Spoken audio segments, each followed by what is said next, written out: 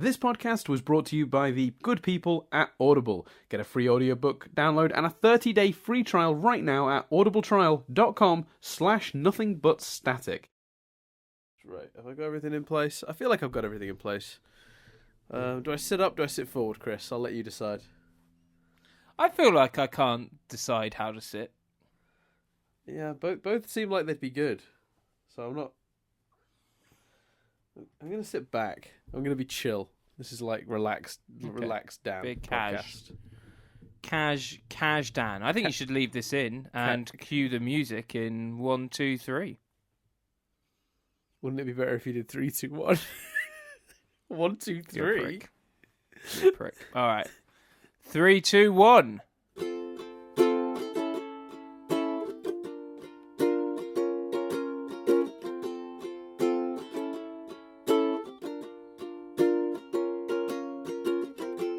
Hello and welcome to Stephen University. This week we are discussing Stuck Together, the first... How we're going to sit. Yeah, this week we're discussing how Dan will sit. He's leaning back. He's Cash Dan is the answer. It's been Cash decided. Dan, nice. Cash Dan. Yeah, this is Stuck Together, which is the first episode of the sort of wanted arc, the wanted bomb, whatever you want to call it. The episode, the 4 episodes that aired on that fateful Monday night all those years ago. It was what a year. It was a year ago. I'd still every time throughout this whole episode, I was just picturing you quietly watching it in bed with your unaware sleeping girlfriend next to you. Yeah, Quite an upsetting image. Yeah, I mean, just like it's more the deception of them not admitting it. Like the next day, watching it again with her, being like, that's the worst bit. Is the next day watching it with her, just like, oh, wow, can you believe this is happening? Yeah, fake reactions. Yeah. No, I didn't do I that. bet you had predicted as well. I went, oh, do you think this is gonna happen? Oh, look, it did. You know what? I wish now you've had that thought. I kind of wish I could go back in time and do that. I didn't think to do that. I honestly as well. I was like super like non-reacty because I knew I'm such a bad actor. She would know in a second if I tried to be like, oh, what a shocking, crazy, random happenstance. Like she'd have been like, you've seen this, like instantly. But wouldn't you just watching it like I've watched the show with you when you have seen episodes and you're pretty animated. I don't know if you're less like a puppy that needs to know there's love in the room that like you are when you watch it with me. Like when you watch it with me, whenever there's a joke, you're like and then you like look at me like, is Chris laughing? Is he laughing? Is he enjoying it? Is he enjoying it? Is he enjoying the show? You enjoy the show, Chris? Chris? So like I assume maybe I need less affirmation when I'm watching it with Nadia. I don't know. Yeah. So I assume there's some degree of that with Nadia, but maybe not. There'll be still reactions. I know those laughs are genuine laughs. The looking around at you afterwards is me going, "Is he laughing too?" Like definitely. But yeah, no, it was an awkward thing. But like I said, I'm weak, Chris. I was weak. The only time it's happened. I'm gonna like when we're caught up, I'm gonna do that, and then I probably won't do that. But then I'll text Nadia and be like, "Oh my god, I've just seen the episode, love it." Like I love the idea of it reaching a point where I've seen an episode of Steven Universe before you have. Oh yeah, I mean Crazy. that's possible because like we have to wait. I'm not watching it with anyone. Yeah, you just watch it the second it's available. You're free to like so. Yeah, there will be a point. Although then again, I'll have an excuse to watch it separately if we have a podcast because I'll be like, we have to watch it immediately because we're recording a podcast using me tomorrow. as the excuse, using me and the audience. But it'll be the less excuse for your deceptive than this example because it'll be honest and me saying, look, I'm watching it ahead of you. I'll watch it again with you. That's fine. Like, you know what I mean? Like the worst part in my mind about what happened with this was that I was too much of a coward to say I'd done it. That is so much worse. Yeah, it's not what you did, it's that you lied. Yeah, That's precisely. Because if I had said I watched it, she'd be like, okay, well, you watch it again with me, right? But yeah, some part of my brain was like, lie. She wouldn't have been angry that you did it, but she'd have been disappointed that you lied. Yeah, precisely. So, Yeah. That's why I'm engaged and you're not. No, I'm joking. That's right. I am joking. Let's crack on then. Dan hates marriage more than I hate animation. That's strong, but semi-accurate. The episode starts with them captured.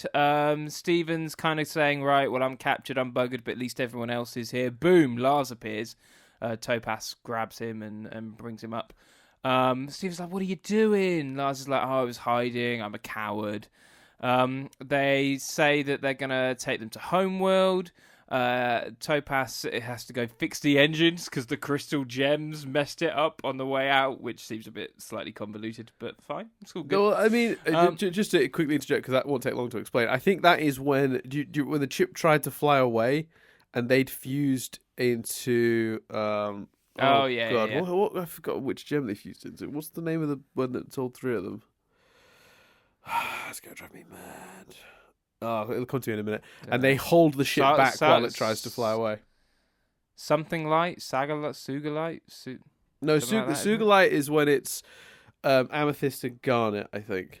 Right. Yeah, that's Sardonyx, isn't it? No, Sardonyx is Garnet and Pearl. Oh, right, okay. Well, anyway. Because remember, the whole week of Sardonyx thing was when Pearl and Garnet fell out because she made her do the fusion without... Yeah. I just can't remember not Malachite. Malachite was Lapis and Jasper. For God's sake, Alexandrite. Thank you, universe. It came to me. That's it. And they fuse into Alexandrite and they hold the ship back. And I think the ship trying to fly away while being held back by a giant woman was probably not good for the ship's engines. Theoretically, right? Fair enough. That makes sense. It's not that they snuck in and fiddled with it or anything like that, which is how it might seem if you take it that way. Maybe it's because they go down into like an engine room, and I'm like, then there's no sort of Alexandrite hand marks in the room or anything. But I take your point; it's a fair explanation. So that's a control room, isn't it, rather than an engine room as such? I think. Fair. So Steven and Lars have a chat. Lars reveals that he's just scared all the time. Steven reveals that he's scared now. Lars sort of talks about how he was a coward, confirms that he did drop the dessert and run, much to my disappointment. But it plays so well into this story, though. Yeah, absolutely. And you were pretty confident that was the case. Typical Dan using his pre-knowledge because he's pre-watched the episode. I just found, even at the time, I'd have told you were an idiot for that, because the no way was he kidnapped and then they put the cake in a bin. It was so, like, they wouldn't, if they're aliens, they wouldn't even know what a bin was, like, necessarily, like, you know what I mean? Like, if they don't understand the concept of my dad, you feel like they'd be like, let's put this ube in this bin over here, like. Well, I think that it's previous science fiction shows and movies, i.e. Star Wars, have shown us that both trash in trash chutes and fathers are actually very important to aliens. So, well, I mean, that's all well and good, except for in this show we know factually that they don't have a clue what they're talking about, because that's why they came looking for my dad. That's fair. But I'm just saying, Dan, Star Wars. So they... I'm just saying, Chris, Indiana Jones. Steven and... Oh, God, what a bad movie that was. What? Now, there's a show that... The final one with the aliens, considering we're talking about aliens... Oh, I see. I'm assuming you're talking about the Indiana Jones that involved aliens. Yeah. Sadly, yeah. Yeah, see, otherwise you're just naming movies. Yeah, I mean, that's also a game we can play. Also, Chris, Indiana Jones. But I think Dad, Ocean's 11. Also, Chris, Jurassic Park. Also, Twister. Do you remember Twister, Chris? Do you remember Twister? I do. That was a movie. I didn't see it, but I know the video cover.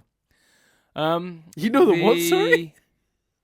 I can picture like the VHS. You can the cover of the VHS.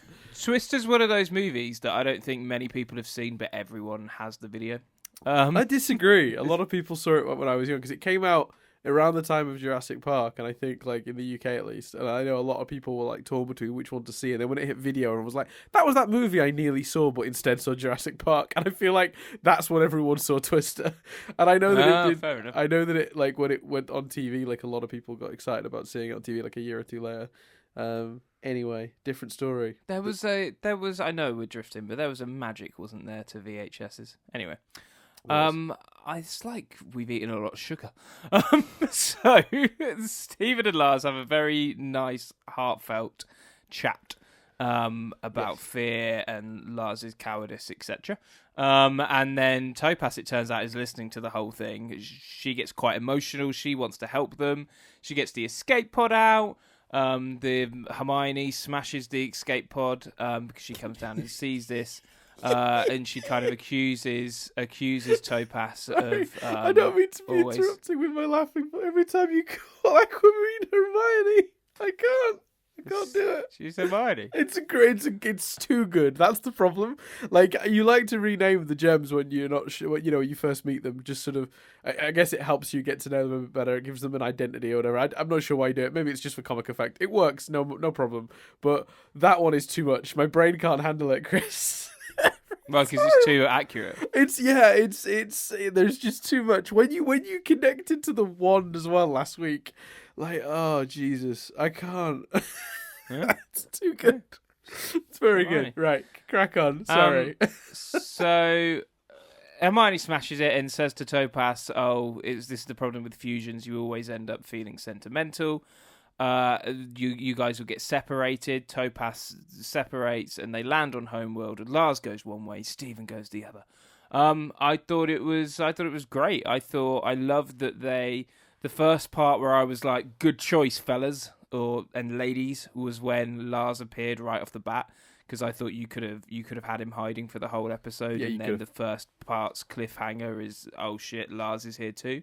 But, the audience know Lars is there, so there's no joy in that. I thought straight away ripping that Band-Aid and being like, Lars, was great. Yep. Dedicating the time to the Stephen and Lars scene. That's a really great scene. There's obviously kind of some more slapsticky comedy stuff with the jeans and the lasso and stuff good. Like that. Yeah. But actually, at its heart, it's they dedicate some real time to that conversation, which is great. The surprise and the twist, like, I don't know what I was expecting, maybe Stephen to bubble again, or for there to be a distraction, or Lars to kind of somehow get the thing.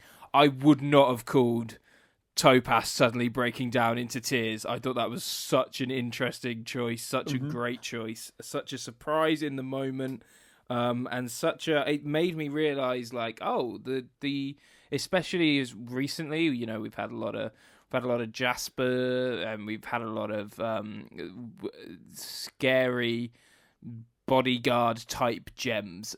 So for Topaz to kind of be a bit more than that, I thought was a really unique, fun choice, and a really surprising. Again, you could have done 4 episodes of them just traveling to Homeworld. And again, pulling that trigger, and the final moment of episode 1 being we're on Homeworld.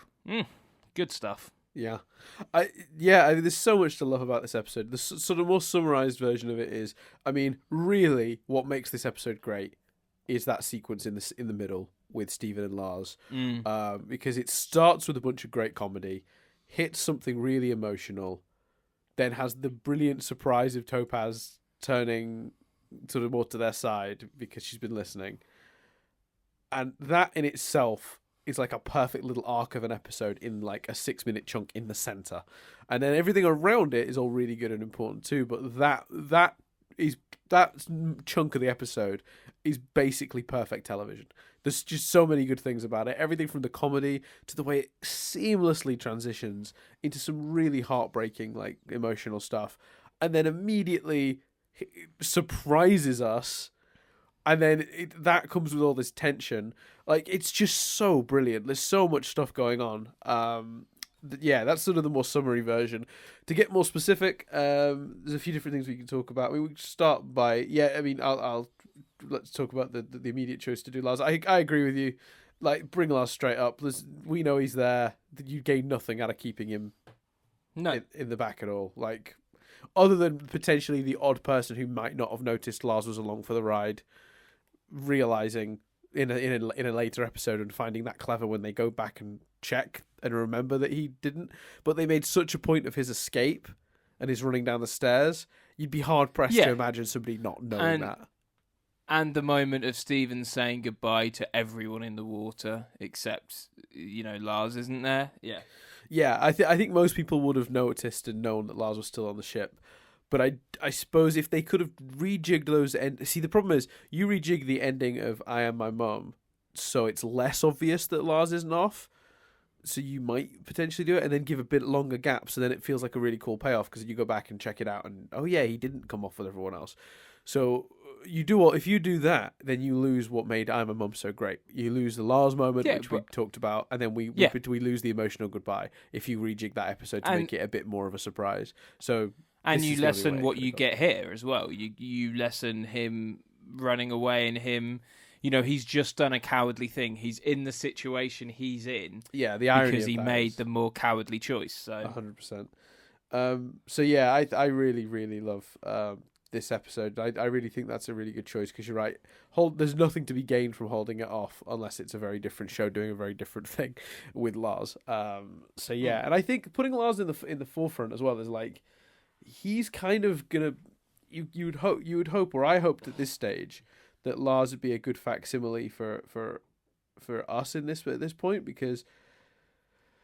Like, even though Steven has never been to Homeworld, at this point he's so entrenched in gem stuff, it would have been nice to have, like, in my head I was going, if we're Homeworld and this is like where we're going with this, from the end of I Am My Mum, like Lars is like a really nice facsimile for the wonder of it.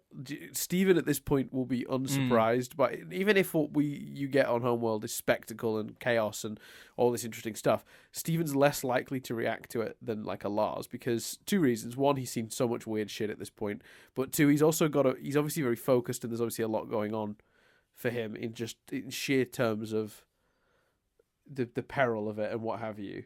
And how they're going to get out of it, and all the emotion that comes with the guilt he's feeling for his mum's own actions, and then maybe the guilt he's feeling for leaving all of his friends behind, but knowing he's kept them safe, and it's all very complicated and mixed up. But like Lars, on the other hand, is just in peril, but that's not going to stop him from being like, what the hell, to whatever comes next.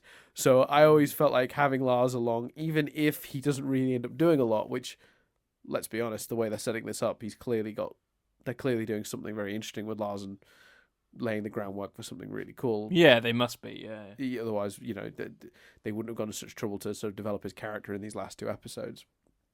But even if that is incorrect as it goes, and in reality they've used it to push his character here, but now he's going to take a back seat to Steven, he still would serve a function in being the one to be able to acknowledge how crazy and wondrous and weird what we might be seeing in Homeworld could be. Do you know what I mean? Like, so that was my sort of perspective on it, watching like this episode and I Am My Mum, which is like, it seems like they would only bring Lars along for a story reason, but if there's no real story reason to bring him along, then still potentially he's very useful to the story going forward. So when watching this secretly in your deception, were you surprised at the end then, where Steven and Lars get separated? Because were you kind of going, oh, maybe we're not going to see that voice and that role? 100%. Yeah, that's what I was worried about. Separating them so quickly seemed like a really strange move, because the show has always been from Steven's perspective. So unless someone is telling him a story of what happened in the past, generally speaking, if Steven's not around, we don't see the story. For example, when we were in the not the last bomb, the one before it, when he was on the base with the zoo, the human zoo, and he separated from the other guys who were with Holly Blue Agate, we didn't see what they were doing. We went with Steven.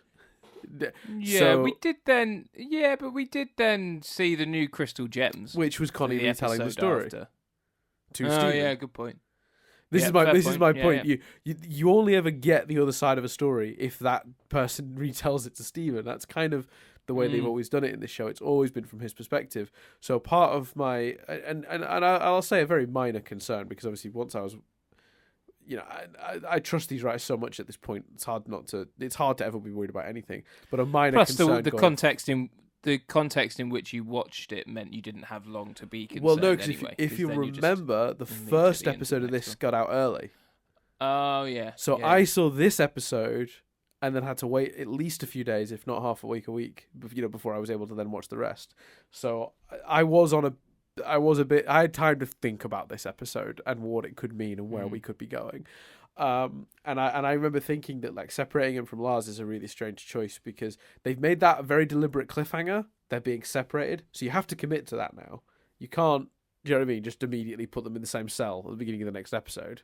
That's just not what you do.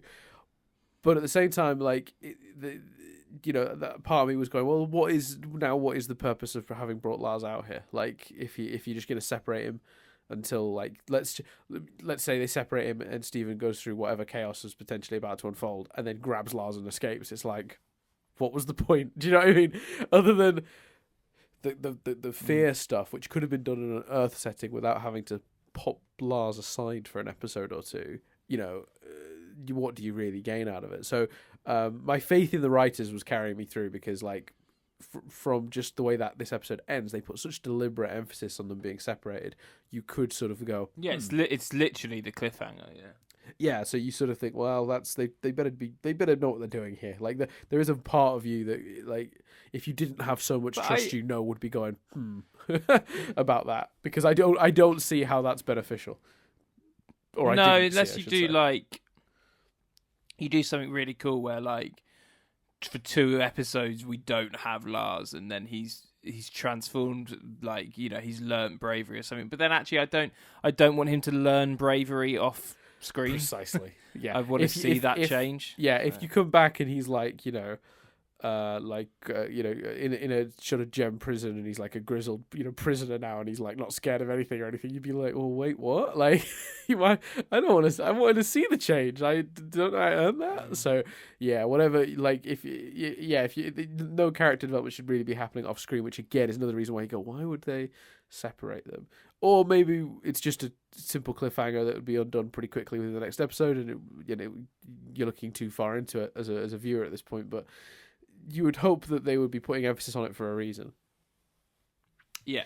Or I suppose is it, you could see it as well. The other flip side to that is that the end of this episode, it's more of a like symbolic cliffhanger. Like, the whole point of this episode was that Steven was saying, it's selfish of me to think this, but I'm kind of glad you're trapped, because we're in it together now, not that's alone. True. There's an emotional. Yeah. And so I suppose you could look at this cliffhanger as less of a practical one and more of a sort of metaphorical one, if they were to undo it quickly, because you'd go, well, the point of that was saying we'll separate you if we need to. Like, you don't have that comfort in each other. Was this written? I mean, it might be more of a thing for us to dissect after episode 4 next week. But was it written as a 4-part thing, or was it always intended to be this Wanted thing, or is that a Cartoon Network device? I feel like specifically Wanted as a thing and a release was a Cartoon Network thing. It would not surprise me, however, if this was intended to be a 5 or 6 episode bomb encompassing the last 2 episodes of the previous bomb. So the way I've always looked at it, and the writers, I don't think have ever said this, so this is pure speculation on my part, but I feel like the episodes where we were getting glimpses of Topaz and Aquamarine were probably intended as single episodes to go out before a bomb. The bomb would have started with the Jamie goes missing episode, Steven finding Aquamarine, then that, so Are You My Dad, I Am My Mom, and then these 4 episodes. So 6 episode bomb, maybe start with 2 or end with 2, across the week, and do it that way. I think that's how the first bomb went down. I think one of the bomb has been 6 episodes, I think. I think it was the very first one. So it felt, or if it wasn't intended as a bomb, they were certainly intending these episodes to go out quite close to each other, because they all do sort of. I mean, but the first one, don't forget, at that point, weren't they still airing 2 episodes at a time? Yeah, possibly. Yeah, that's a good point as well. So you'd have got 3 days. Yeah, Okay. I wonder how that That's works. just I'm not sure. interesting. Yeah, no. So What- yeah, it's certainly. I don't think they've ever said what it was supposed to be because they never really talk about how they intended it to air because they just make them and then they hand them to Cartoon Network and Cartoon Network just don't do whatever they do. I mean, dance around them, perform ceremonies. I don't know. At this point, it's become very clear that right now they're extremely far ahead in terms of production compared to where we are watching. Yeah. And it's crazy knowing that right now in a Cartoon Network vault somewhere there are very likely dozens, if not more, unreleased but finished episodes of Steven Universe. The podcast promos can just delve into. Yeah. And Yeah, it's pick true, some actually. episodes from. That must be why. So yeah, there's that. That's a different issue, I suppose. But anyway, back to this individual episode. Yeah, I just want to compliment them then on the stuff in the middle, particularly the Lars Steven conversation. How did you feel with that conversation? Because for me, like the idea that Steven admits he's afraid is one of the more powerful, ideas in this. Because he's sort of saying like, I've done this for my friends, but I'm terrified right now. Yeah, I thought that was I thought Lars, like, just as powerful as that though was Lars, like, finally admitting that he's a wuss, as he phrases it, and Lars coming to terms with that and really opening up and talking about how he admires Steven. I thought that was a really nice touch, and Steven, I like the thing I like about what you were just saying is the innocence of it. Like, he is still fundamentally a child. Of course, he doesn't actually want to do this. There's sometimes you do the thing you don't want to do because you have to do it. Which has been my approach to this entire podcast. I am joking, obviously. So yeah, I loved that scene. I thought it felt so real. It felt so honest. It felt like two kids with the weight of the world on their shoulder, both for different reasons. And then capped off with the Topaz reveal. It's just brilliant writing, that whole sort of middle bit. That's why I know we kept getting interrupted, but in a way, my summary of the episode was, if you cut together the time I'm actually summarizing it, quite slim, because really the episode is, and this is a compliment, it's all about that moment. That's what this episode is. And it's brilliant because of that. Yeah, and I particularly as well, I forgot to credit them for Lars saying, because at first you think he's been a real dick, because if those who don't remember, they get down there and Steven's like got a plan. He wants to try and get one of the destabilizers, and the reason Steven's pants are ruined and stuff. But for a minute, Lars is just like, it's very funny, but you are like, Lars, stop being a dick and help. Like, but they do something so clever. So they have Steven's like, just take off my pants. He's like, why? He's like, just do it. And he takes them off and he throws them on the floor. And Steve's like, okay, make a lasso. He's like, how can I do that? They're on the floor. Steve's like, why'd you throw them on the floor? I'm clearly giving, like, there's a plan here. Like, just go along with it. And you're getting frustrated. You're going, Lars, what the fuck are you playing at? You're trapped. You're like, you could be killed any minute. You're trapped by alien captors. God knows what their plans for you are. Steven's got some form of plan. Isn't that worth trying? And you're getting you're kind of getting annoyed at him. And then he says this one line. Because then he makes the lasso and he very hardly. And then again, Steven's plan was fucking terrible because those destabilizers were miles away. His trousers were never reaching them. But Lars pathetically swings it, like not really trying. And Steven's trying to be encouraging and he's not doing it. You're thinking, what is your issue?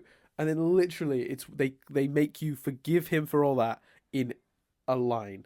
It's like 8 words maybe, and it's, why do you think I'm capable of anything? And Lars utters that, you go, oh, this is so much cleverer than I knew.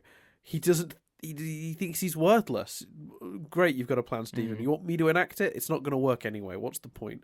He's like he's devalued himself so much as a result of his guilt for abandoning Sadie in that moment in the previous episode, and that's fucking awesome. What great writing. It's brilliant writing. Because you have a sequence of events where you judge a character, and then you have to recontextualize all the things he was doing in the previous couple of minutes because of a simple sentence. Like, that's nuts. What great writing. he says, "Why do you think we're capable of anything? I think you think I can do all this stuff, but I can't. I can't because I'm a wuss." And that's when he goes into the whole thing about being afraid. And it's just, and then he says to Stephen, "You're always helping people. You're never afraid." Like, such good dialogue. I'm veering on just repeating the episode top to bottom now, but yeah, it's so good, so clever. Yeah, it's brilliantly. Brilliantly written. What is there? Is there any triv or anything? No, there's little to no web saying, triv Dan? this week, Chris. I think our phone connection's gone for those listening.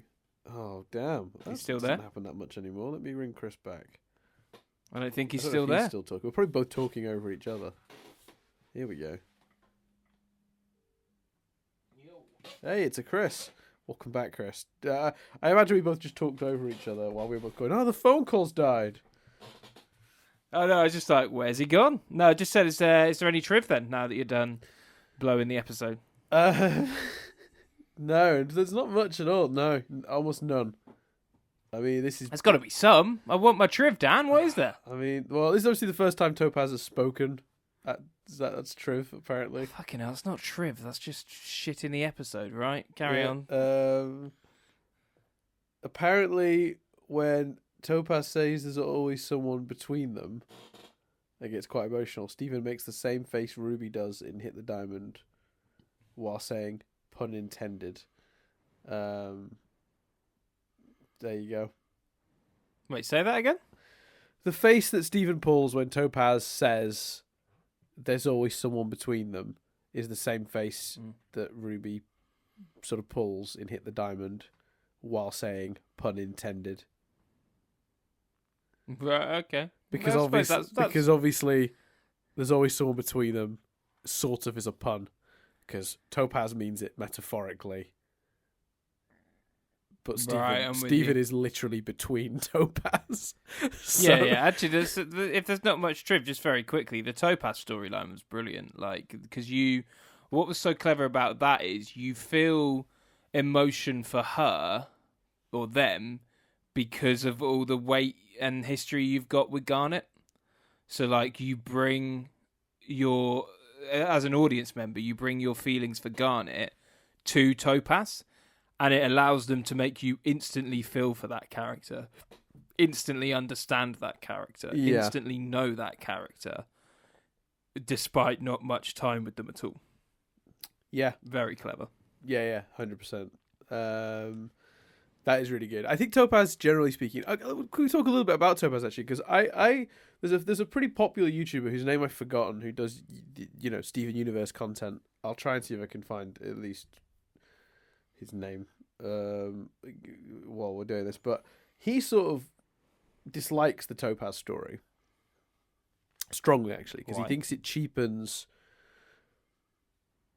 To have a gem without context just flip sides cheapens the gems that have worked at flipping sides. I feel that's what he was getting at.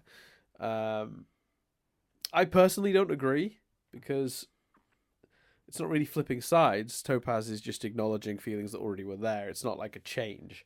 I think we don't know Topaz, so it's hard to say that's a change for Topaz. That's what I'd say. Yeah. I think one, presumably their argument goes into more depth than that. Much more. We are fully accept that you are paraphrasing their argument, and very badly. But when I find their name, people should go look up, because the videos are really interesting and really good. I just disagree with him on that particular point. Yeah, because like you say, this could have been building in Topaz for years, and we just happen to have not seen it. Precisely, is my interpretation. So it doesn't feel very cheap to me. Yeah, it's Me neither. I forget the guy's name, the specific guy, but he's the main guy that does the videos on Steven Universe on the Round Table. Okay. Cool. And he does some really, really good videos actually, on Steven Universe. So I've there's some great ones on the Round Table. Most of the people listening to this probably already know about the Round Table. I forget the main guy's name though that does the narrates and writes those.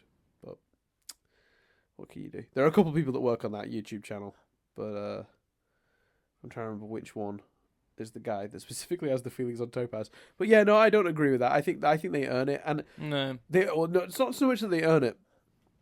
It's more that it's such a. It works for me because they make it Kevin Williams or Struck Vox is his sort of handle. Okay, cool. There you go, and he does videos on the round table. I got there in the end. The Topaz thing, yeah, no, I think that like you've got a character that we don't know. You can do anything you want with them with impunity, and I think particularly here, it's such a surprise that it works really well in the moment. So there's really like for a character that's clearly not necessarily going to be a long-term. You know what I mean? It's not like Topaz is coming to move in with the crystal gems. Do you know what I mean? So, because at this point, there's a certain amount of stuff I certainly was assuming about this arc, which is that we were going to get to see some cool stuff on Homeworld. Steven trying to escape in some way, hence maybe wanted. And then I thought, and he'll get back home. Because you can't have the show permanently being set on Homeworld going forward. And the likelihood of someone like Topaz coming back with him seems slim, right? Do you know what I mean? Yeah. So in my head, I'm going, this is not a character that we're going to be... This is not a central character. This is not a focus character. This is not someone who we need great depth with. We just need to have do enough surprising and interesting things with this character to sort of push the story forward, but also not be completely cookie cutter, cardboard cutout of a character. And I think someone who's living in the gem structure and breaks out of sort of frustration just shows how unhappy normal gems are, so it ticks that box. It is surprising, so it ticks that box. It's not so complex a story that we need to now dedicate episodes to Topaz. Do you know what I mean? Yeah. And on top of that, it also flips an existing trope of this show on its head, which is that all these Homeworld big scary gems are big scary Homeworld gems, and then and the idea that there are gems out there that can have a softer side. It's like I was saying earlier, it's we've had so much of the other recently, that just to see this version is a real surprise and really something quite different. Yeah, 100%. Absolutely 100% agree. So for me, like, I don't agree with that theory that opinion that Topaz feels a little cheap. Again, I'm very badly paraphrasing. A very good YouTuber as well. So, don't take me too seriously. But definitely. So get him at Awestruck Vox on Twitter, or it's the Round Table is the YouTube channel that he and a few other Steven Universe fans do content for, and it's there's usually some really interesting videos on there. Obviously, Chris, don't go near it because lots of theorizing based on recent episodes that probably would spoil some stuff. Yeah. Was there the Topaz tangent was in the middle of Triv then, but there was no other decent Triv, I take it? No, this episode takes place after I Am My Mom. Great, thanks. This one is kind of a cultural referencey thing. Stephen and Lars getting captured by Aquamarine and Topaz is similar to Worf, Garak, and Dr. Julian Bashir getting trapped in the internment camp 371 from Star Trek Deep Space Nine's episode In Purgatory's Shadow. I'll take your word for it, Steven Universe Wikia, because I honestly, off the top of my head, don't remember that episode. So there you go. Yeah, it's a very specific reference. I think you're allowed to not remember. Yeah, I mean that seems quite direct. I noticed a visual error though, Chris. Would you like to? Would you like me? I've never noticed a visual error on my own before, but I noticed one in this episode. It was the destabilizer changed shape when Topaz picked it up completely. Oh, really? Yeah. So it's got this this little dinky handle with these huge fork things coming off it, and then when Topaz grabs it, it's got a little fork thing at the top, and the length of it is the handle. And what's amazing is in the background you can see the other ones that are still being drawn like that one was at first. So either it's an object that shifts its shape and form and size when it's picked up, or it's an animation bug. Really weird. Yeah, it is odd. But like you say, you could fansplain it in it changes when you pick it up, I guess. But yeah. Weird. Why? Comments Why would it do below. that? Yeah, I've never noticed it before. But when we were watching it, I was like, wait a minute, it looks different now. And then literally, it's just not hard to spot because you pause the frame, and then it's not like it's two different shots where it goes and changes back or whatever. If there's a point where you can pause the phrase, and the original ones that are still in the background of the shot still look like they did before that one, and then that one is in the foreground of the shot, looking very different. And it's like, well, wait a second, what's going on here? What's happening here? Yeah. So, one other thing. I mean, how much at this point? What hatred for Aquamarine through the roof at this point? Hermione, she's a right bitch. Yeah, this is the episode I was really like, I fucking hate this character so much. Because I think she's one of the in a show full of good villains. I think she's right up there because they just make her so spiteful and nasty. That's you know what? She is a very different beast in this show, isn't she? Because a lot of this show's villains have been you don't agree with them, but you know exactly where they're coming from. Like the diamonds, why they're doing it. Yeah. So the diamonds in their whole like colonizing everything initially, you go, well, yeah, they don't. They're like humans. If a human wanted to build a house and there was an anthill there, they wouldn't care about smooshing the anthill. Do you know what I mean? They would do it. So if you look at the diamonds, these great giant beings, they look at a planet like Earth and we're basically the ants on it, and they go, well, we wanted to turn that into a thing. That's a colony, right? Should we smush the ants? Like it's that simple to them. So you sort of you think they're a bit dim for not maybe paying more attention to the life on the planet and like its level of intelligence, but you sort of get how they got there. And then even then after that, all their actions have been because a loved one of theirs was killed by someone on that planet. Yeah. So then it's like it's a revenge thing. So you understand that too. You understand them. Yeah. 100%. Aquamarine is just the worst for no reason. Yeah. Which is very different for this show. And like the way they do it, they basically just make it out that no, that's just Aquamarine's personality. She's just spiteful and mean and doesn't care about any of you. Like selfish, like totally willing to just do whatever she has to do to get what she wants out of a situation. Does not give a shit about you or anyone. And like that is so different for this show that she's quite refreshing. She's never going to be a good enough villain to be like the big bad, because I think you need more complexity from a big bad. But from a sort of definitely. like Goldar level, to reference Power Rangers, like send them out occasionally to do shit sort of henchman. You know, not quite the Putty Patroller, but not quite, you know, Rita or Zed. You know what I mean? Like for that middle tier, what a perfectly pitched personality, because you get instant dislike for the character, but you don't need to build in reasons or depth. Like she doesn't need depth. It's not a requirement of her role. So she's a really well pitched character for this. You do grow to hate her, that's for sure.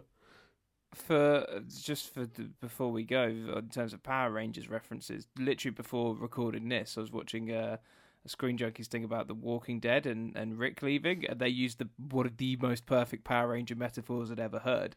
They're basically talking about how Rick going is a massive deal because you need the leader, you need the straight character, and the cool popular one like Daryl is just the kind of cool popular one, but they can never be the leader. And they were going, because Daryl's like the Green Ranger. Everyone's favourite Power Ranger is the Green Ranger, but you still need the Red Ranger. And then someone just went, unless, of course, Daryl can turn into the White Ranger.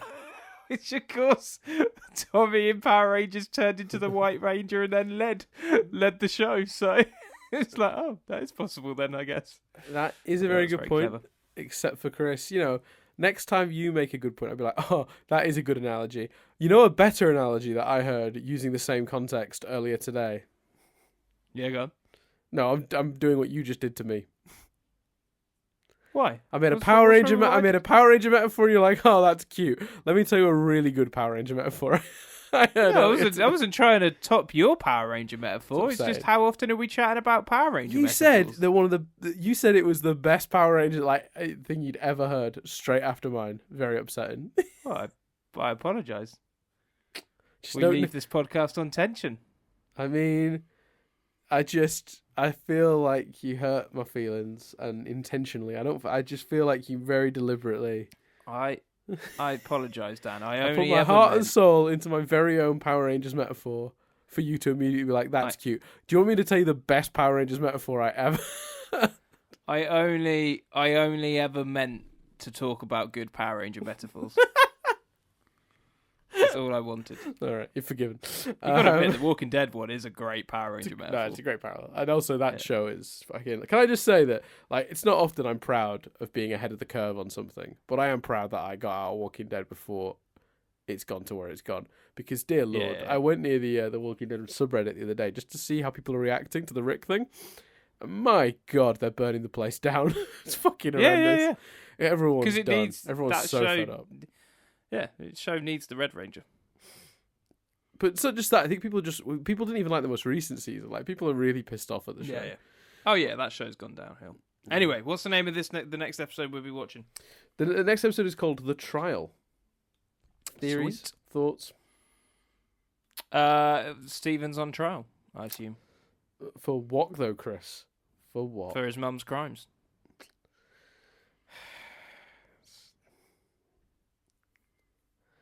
No. It's something different. Oh yeah? Yeah. I look forward to finding out what then. Lars is on trial. For what? Cowardice. That would be weird. That would no longer feel as epic, I'm not gonna lie. All right, well, we'll leave it there. We've stretched this out long enough. We'll speak to you guys next time for the trial. Well, no, I did that wrong, didn't I? You can't do the names after the episode title, Dan. So that's been everything for this time. I've been Dan Doolan. I've been Chris Billingham. And we'll speak to you next time as we discuss the trial.